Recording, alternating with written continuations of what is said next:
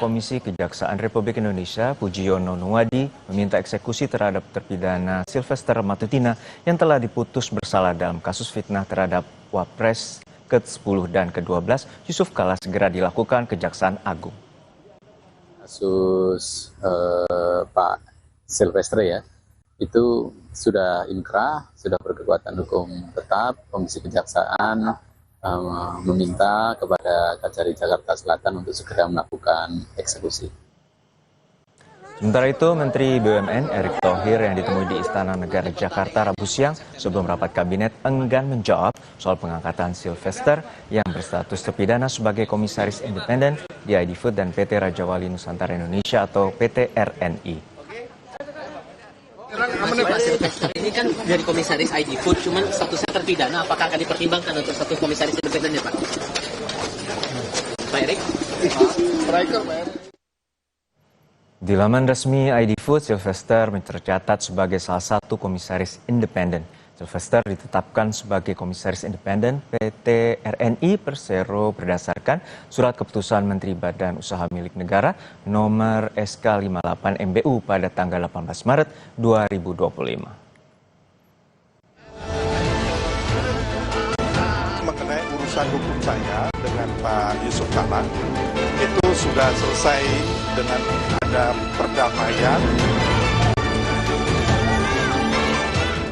Kasus yang menjerat Ketua Umum Solidaritas Merah Putih, Sylvester Matutina dalam perkara fitnah terhadap Wakil Presiden ke-10 dan 12 RI, Yusuf Kala kembali mencuat. Sejak dijatuhi vonis hukuman penjara hingga kini Sylvester belum ditahan untuk menjalani hukuman. Lamanya proses eksekusi yang tak kunjung dilakukan kejaksaan memunculkan sejumlah spekulasi di kasus ini. Sebelumnya Sylvester mengaku sudah berdamai dengan JK, meskipun hal itu tak menghapus vonis yang telah menjeratnya.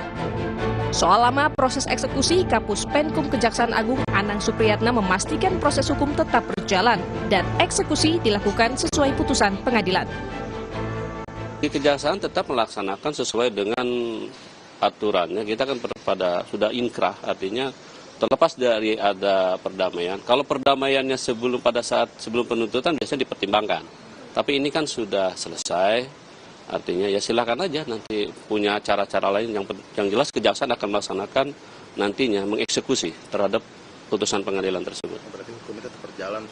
Hukum kita tetap berjalan secara. Sementara itu dosen Fakultas Hukum Universitas Hasanuddin Makassar yang juga rekan Yusuf Kala, Hamid Awaludin mengaku heran mengapa Sylvester tak jua dieksekusi meski telah diputuskan bersalah oleh Mahkamah Agung. Hamid tak mau melempar dugaan lebih jauh soal lamanya eksekusi vonis terhadap Sylvester Matutina. Dia menghendaki bahwa putusan Mahkamah Agung itu harus dijalankan. Oke. Kan putusan hukum tertinggi dari lembaga hukum tertinggi. Saya sudah lupa ini kasus. Ini kan 6 tahun yang lalu ini kasus.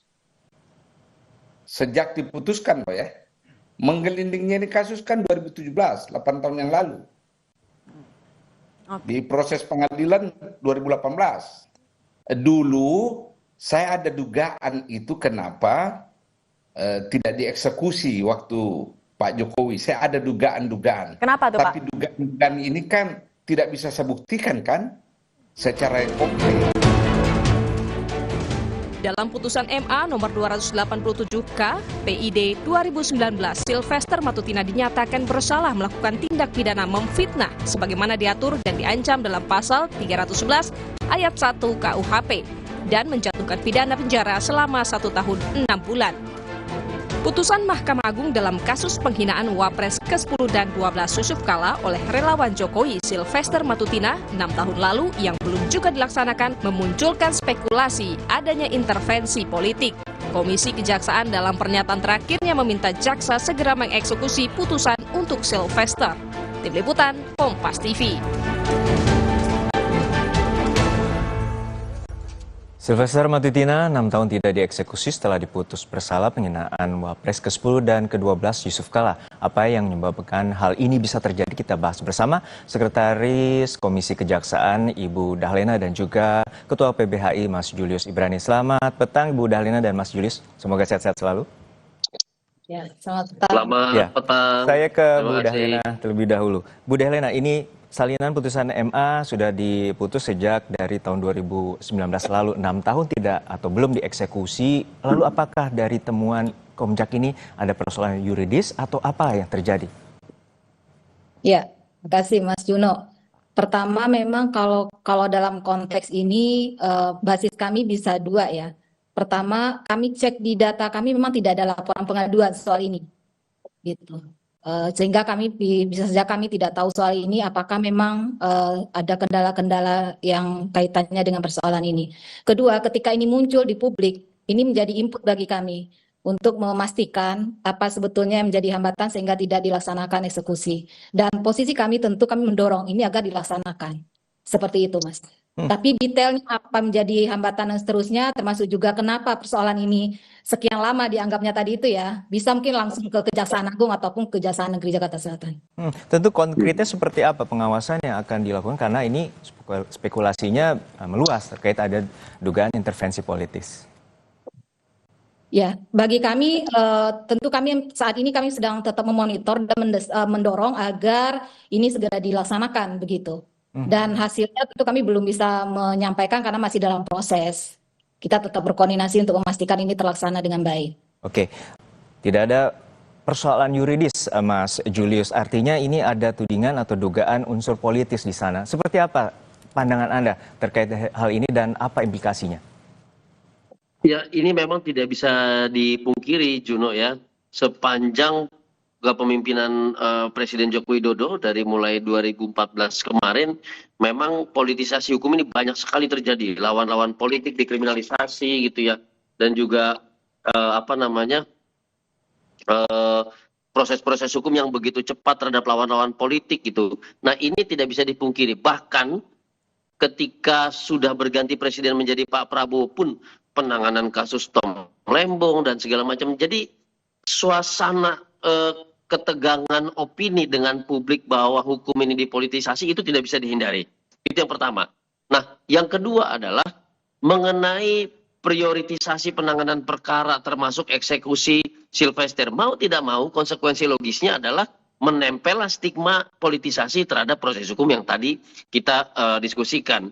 Karena ada berbagai macam indikator. Satu, publik sudah mengetahui bahwa perkara ini sudah inkrah, tapi tidak ada tindakan dari jaksa eksekusi. Nah, ini tentu jadi pertanyaan.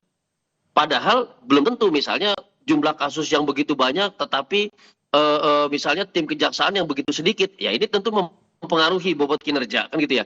Tapi yang kedua adalah tadi saya mau mengutip pernyataan tegas dari Kapus Penkum kita yang baru, Pak Anang menegaskan bahwa tidak ada hambatan agar segera dipanggil, agar segera dieksekusi. Itu harus dimaknai sebagai komando dari kantor pusat, yaitu Kejaksaan Agung Republik Indonesia. Dan tidak mungkin ketika Kapus Penkum bicara itu tidak terkoordinasi langsung dengan Pak Jaksa Agung.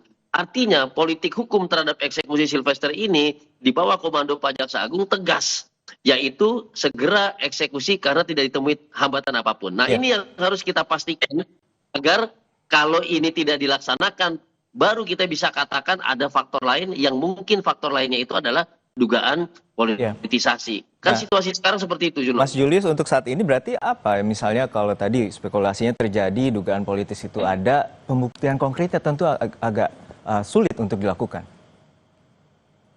Nah, kalau pembuktian konkret memang tentu sulit dilakukan. Tetapi yang namanya aparat penegak hukum, baik kepolisian, kejaksaan, maupun hakim, dia memiliki satu kewenangan yang namanya diskresi.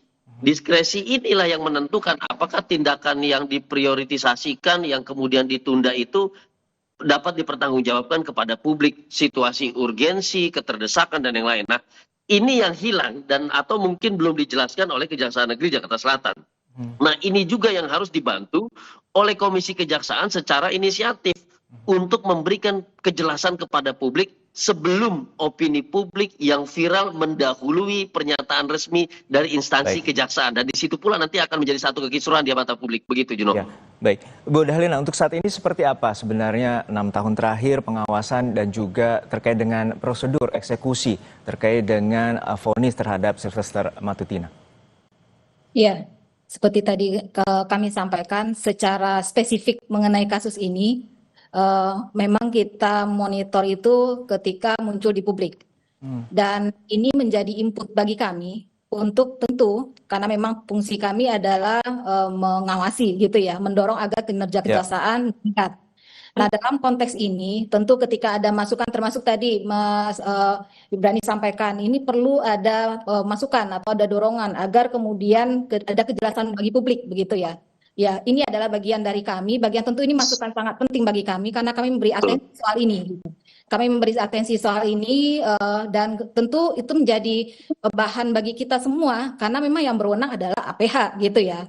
Betul. Kita harus percayakan kepada mereka, kita harus dukung mereka untuk bekerja sesuai dengan relnya begitu. Oleh karena itu informasi-informasi apapun yang bisa saja di luar kami, di luar jangkauan kami gitu ya. Karena tentu kami dengan segala keterbatasan, kami sangat berharap publik memberi informasi kepada kami yang kemudian kami bisa memaksimalkan peran itu. Gitu. Oke, konkretnya seperti apa Bu untuk ke Kejaksaan Negeri Jakarta Selatan untuk saat ini? Ya, kami dalam proses koordinasi, proses penelusuran informasi, termasuk juga tadi konteksnya kami akan tetap mendorong proses ini seperti yang Pak Kapus Penkum sampaikan, mestinya tentu ini sudah bisa dilaksanakan, gitu ya. Nah, seperti itu. Tapi kesimpulan tentu kami belum sampai ke kesimpulan akhir seperti apa, karena tentu ada proses di internal kami. Oke, Mas Julius untuk saat ini seperti apa sebenarnya aturannya dan apakah kalau dengan dugaan pelanggaran dan juga misalnya tidak eksekusi karena salinan putusan itu kan secara undang-undang Mahkamah Agung 7 hari atau 14 hari setelah putusan salinan diberikan ke pihak kejaksaan. Ya, tentu hal yang pertama terganggu di sini adalah soal kepastian hukum.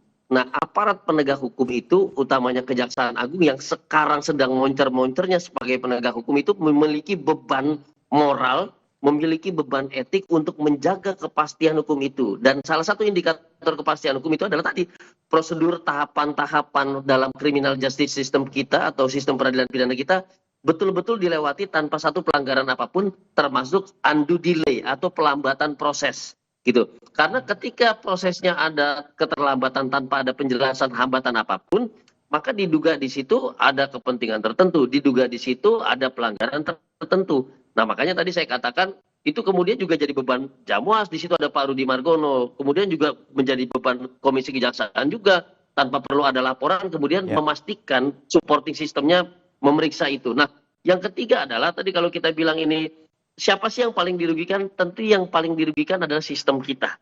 Jadi ini bukan soal pribadi Pak JK, bukan soal pribadi Sylvester, tapi soal sistem yang harus dijaga oleh aparat penegak hukum dan instansinya. Dalam hal ini Kejaksaan Agung yang saat ini kita percaya menjadi punggawa yang paling moncer dalam penegakan hukum. Karena kita lihat setiap update perkembangan perkara yang ditangani setiap minggunya. Nah, ini yang kemudian bisa kita korbankan dan ujungnya ini paling fatal. Jangan sampai kemudian publik kehilangan kepercayaan terhadap penegakan hukum karena unsur-unsur yang sebetulnya belum bisa dibuktikan dan belum ada proses pemeriksaannya. Artinya Kejaksaan Agung harus menjaga marwahnya dan juga memberikan kepastian hukum kepada masyarakat dan juga tidak ada intervensi apapun terkait dengan politik. Terima kasih Mas Julius Ibrani, Ketua PBHI dan juga Ibu Dahlena, Sekretaris Komisi Kejaksaan telah bergabung bersama kami di Kompas Petang. Usai jeda.